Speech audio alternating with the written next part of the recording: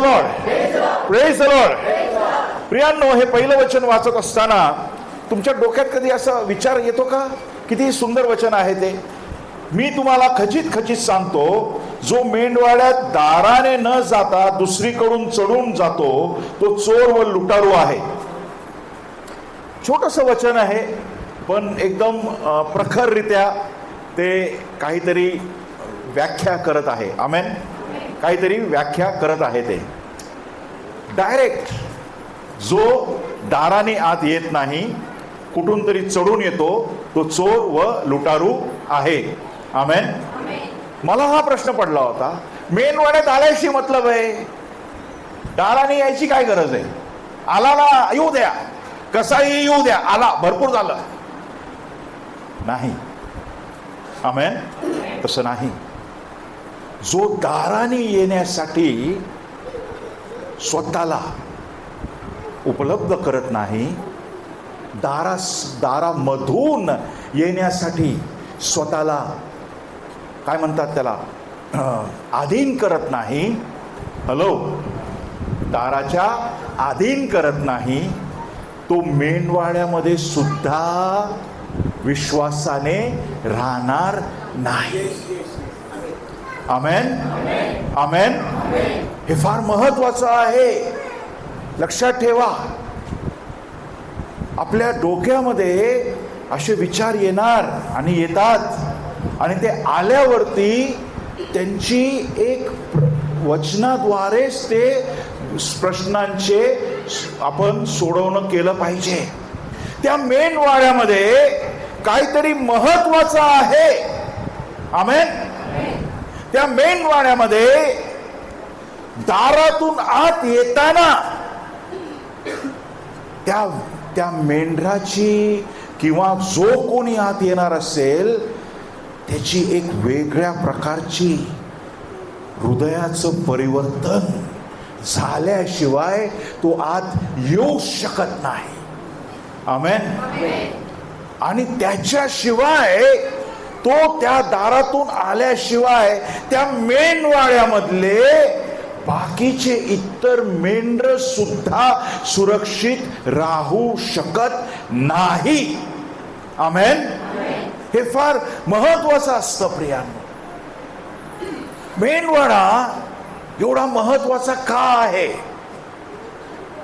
मेंढवाड्यामध्ये वस्ती करणं, मेंढवाड्यामध्ये मेंढपाळ असतोच असतो, पण त्यासोबत त्या मेंढपाळाला पूर्ण खात्री वाटेल असा त्यांनी मेंढवाड्याच्या भिंती भक्कम केलेल्या असतात. येस.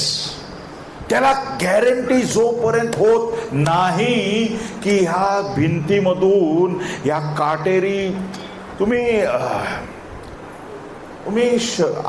खेडा आहे मला माहिती आहे, पण तसं नाहीये जसं प्रभू येशू ख्रिस्ताच्या काळातलं होतं. आमेन. मेंढऱ्या वळायला जाणं, बकऱ्या वळायला जाणं मी पाहतो, मी पाहिलेलं आहे, मी भेटलेलो आहे, मी राहिलेलो आहे त्यांच्यामध्ये, सगळं मला माहिती आहे.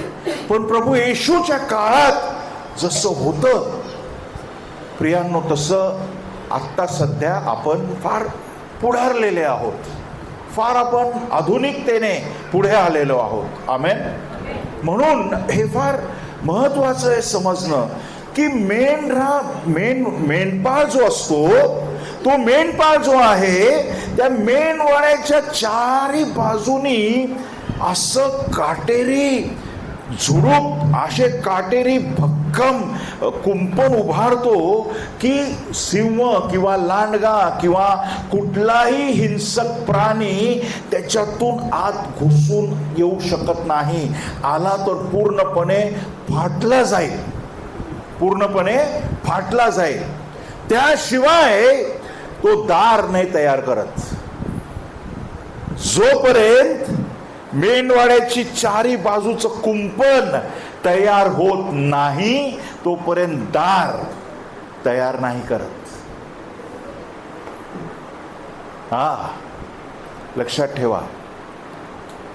प्रभू येशूने इथं जे उदाहरण दिलेलं आहे हे फार महत्वाचं आहे. त्या मेंढवाड्यामध्ये त्याच्या दृष्टीने मौल्यवान असणारे तुम्ही आणि मी राहणार आहोत. आमेन. त्या मेंढवाड्याकडे बघत असताना तो तिथं अशा प्रकारे बघत आहे की ही जागा माझ्या प्रियजनांसाठी आहे. आमेन. काय आहे? माझ्या प्रियजनांसाठी ती जागा आहे. तिथं सर्व सुरक्षा पूर्णपणे दिलेली जाणार जागा ती तशी आहे. आमेन. आणि त्या जागेमध्ये त्या दारातून आल्या वाचून कोणी आत येऊ शकत नाही.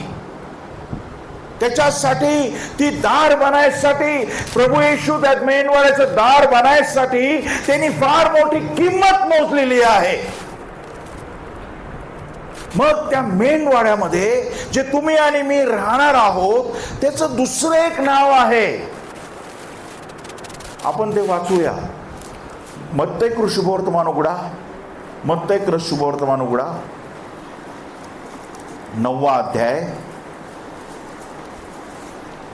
मत्तई शुभवर्तमान 9वा अध्याय. ओके.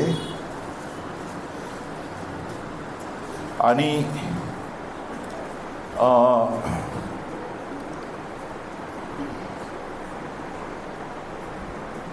15व्या वचनापासून 17व्या वचनापर्यंत मी वाचतो. येशू त्यांना म्हणाला, वराड्याबरोबर वर आहे तोपर्यंत शोक करणे शक्य आहे काय? तरी असे दिवस येतील की वर त्यांच्यापासून काढून घेतला जाईल, तेव्हा ते उपास करतील. कोणी काय लिहिलेले? कोऱ्या कपड्याचे ठिगळ जुन्या वस्त्राला लावित नाही, कारण धड करण्याकरिता लावलेले ठिगळ त्या वस्त्राला फाडिते आणि छिद्र मोठे होते. तसेच कोणी नवा द्राक्षरस जुन्या बुंदल्यात घालत नाही, घातला तर बुंदले फुटून द्राक्षरस मोडतो आणि बुंदले बिघडतात. तर नवा द्राक्षरस नव्या बुंदल्यात घालितात, म्हणजे दोन्हीही नीट राहतात. प्रियांनो, त्या मेंढवाड्याला एक वेगळं नाव पण आहे, वधूचा वाडा. आमेन. काय आहे? The bridal chamber.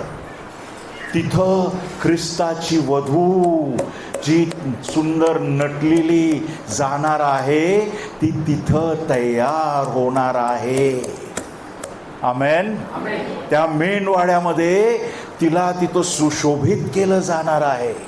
त्या मेंढवाड्यामध्ये तिला तिथं तयार केलं जाणार आहे. त्या मेंढवाड्यामध्ये ख्रिस्ताची वधू तयार होत आहे. आमेन. हे फार महत्वाची जागा आहे. बऱ्याच वेळेला अनेक लोकांना वाटत असतं की चर्चला का गेलं पाहिजे, चर्चला गेलंच पाहिजे का, आमच्या नोकऱ्या असतात, आम्ही काय करू शकतो. प्रियांनो, युनिव्हर्सल चर्च फक्त आपल्या बोलण्यात आहे. Universal church. पण जागतिक मंडळी, येस, जागतिक मंडळी फक्त आपल्या बोलण्यात आहे.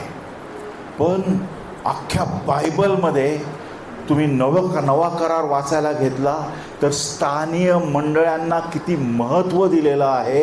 एवढं महत्त्व आहे की पौलानी प्रत्येक स्थानीय मंडळीला वेगळं पत्र लिहिलेलं आहे. आमेन.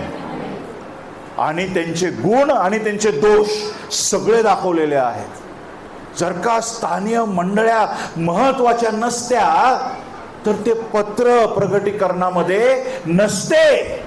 आमेन. आज प्रियांनो, हे समजणं आणि